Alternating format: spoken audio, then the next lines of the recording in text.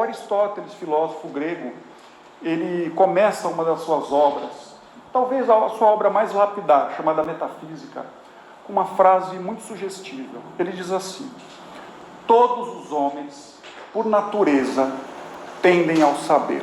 Fecha aspas.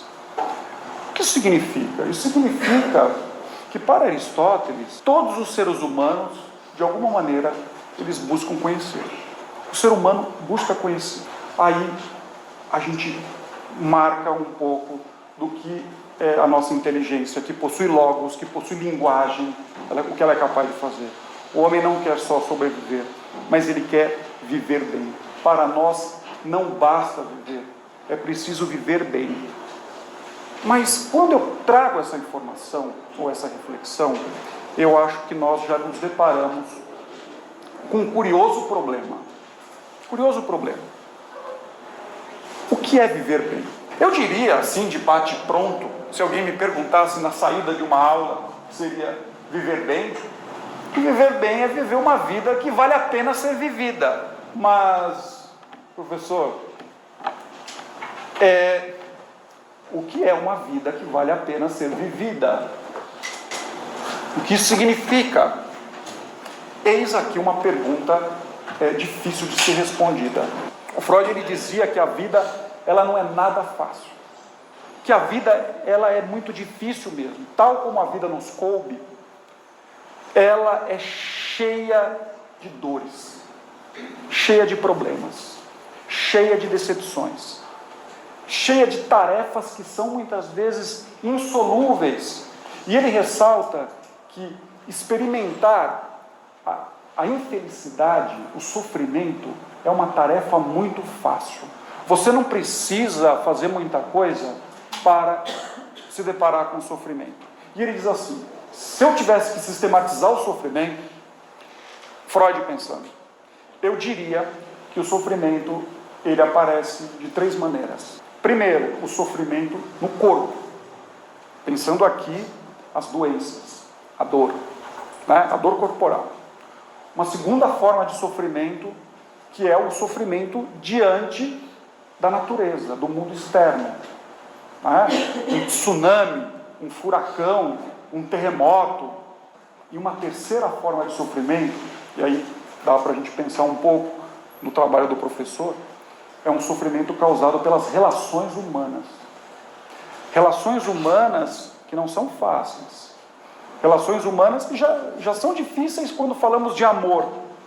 Mas nessas relações está presente também o ódio, a vingança, a violência que é gratuita. Tem gente que fica tentando dar todas as explicações sociais para um ato de violência. E a gente não para pensar que, além das explicações sociais, tem gente que mata porque gosta. E o Freud tenta dar uma solução para isso. Só que é uma solução à la Freud. Ele diz assim, que para o sofrimento do corpo, os medicamentos, que na medida do possível aliviam. O mundo externo, a ciência. Então, no Japão, a ansiedade em relação aos tsunamis diminuiu. Por quê? Porque eles instalaram bombas, né? Boias, que ficam no alto mar, e aquelas boias, quando elas sobem, isso toca um alarme e as pessoas conseguem se preparar para a grande onda que vai chegar. Então isso diminui um pouco a ansiedade. Então diminui um pouco do sofrimento. E quanto às relações humanas? A saída do Freud é uma saída que ele diz, olha, é na medida do possível. Isolamento. Ele sabe que é difícil ficar isolado. Mas às vezes o isolamento traz menos sofrimento do que a convivência. Então, nesse sentido, ele diz que essa seria uma saída, dependendo do grau de sofrimento, né? Então, eu só queria destacar que a felicidade, ela é um fato episódico.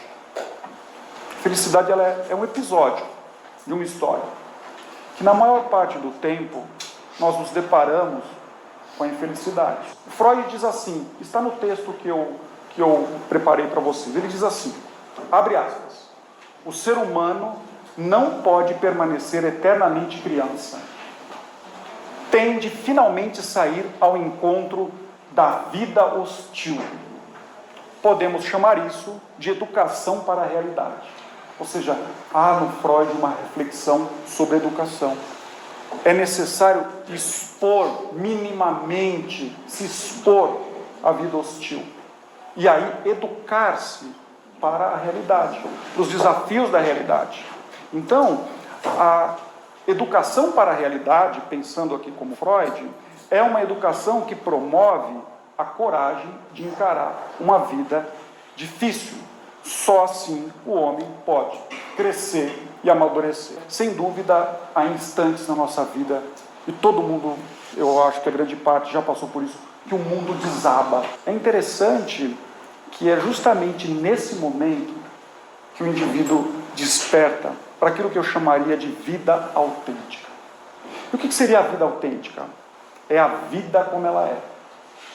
Autêntica porque nós estaríamos capacitados para responder uma das questões mais importantes que leva o título dessa palestra. Vale a pena viver? Vale a pena viver? A partir do momento que o mundo desaba, é aí o espaço intelectual relevante, fundamental, eu diria um espaço frutífero para que você possa responder essa questão. E para responder essa questão, eu vou terminar contando aqui um mito e fazendo uma provocação. E aí a gente abre para as perguntas, tudo bem? Nesse livro, O Mito de Sísifo, ele conta a história de Sísifo. Sísifo é um homem super respeitado, e antes de morrer, ele coloca à prova, ele quer provar, né, para si, se a sua esposa de fato o ama. Eu acho que não foi uma tarefa muito boa que ele fez, não. E vocês vão entender o porquê. Porque a tarefa foi o seguinte: ele estava moribundo, ele ia morrer, e ele diz o seguinte: quando eu morrer, eu quero que você pegue meu corpo e jogue no meio da rua para os urubus. Eu não quero um enterro digno. Não quero nada disso. Faça isso. E ele, na cabeça dele, se a sua esposa o ama, ela não faria isso. Mas foi dito e feito.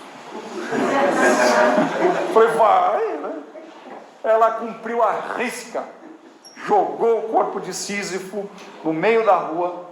Quando Sísifo chega no além-mundo, ele se depara com os deuses e ele protesta. Ele pede vingança. Ele suplica para os deuses para voltar. Eu quero voltar e me vingar. O que ela fez foi injusto. Não se pode fazer isso com o corpo de ninguém. E bom, os deuses, sabe-se lá por quê, autorizam a volta de Sísifo. E Sísifo volta.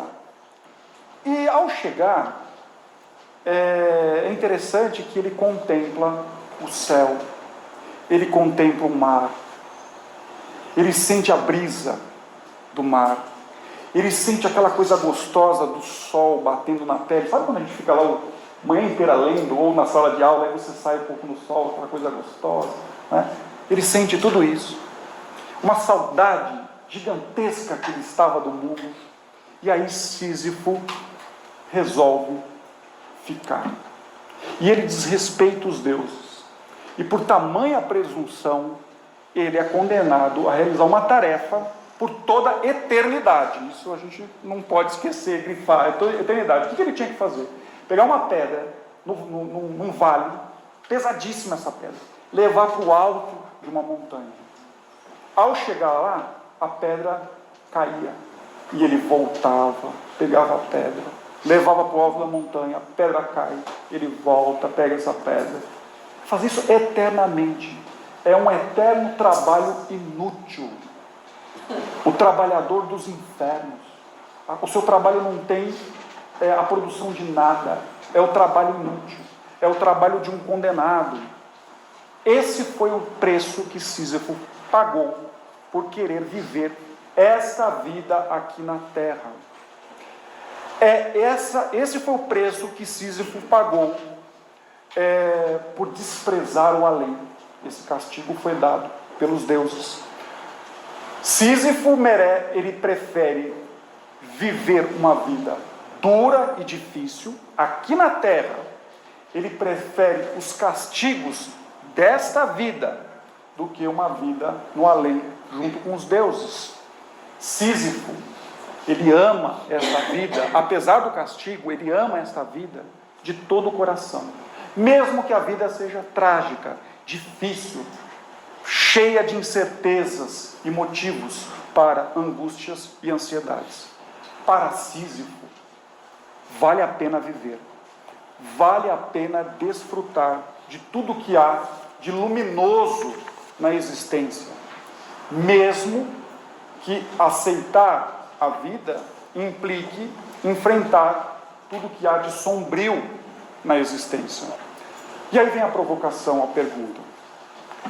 Assim como Sísifo, você estaria disposta a reviver eternamente tudo aquilo que você já viveu? Tudo aquilo que você já passou? Reviver tudo aquilo que houve de luminoso na sua vida, de alegria e de felicidade, porque a vida, ela apresenta momentos assim, né?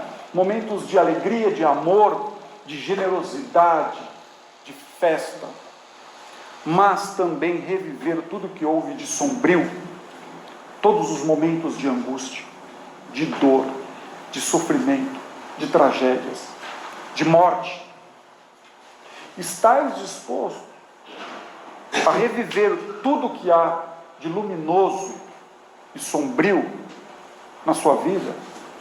Se a resposta for sim, e aí eu encerro, eis aí uma vida que vale a pena ser vivida. Muito obrigado.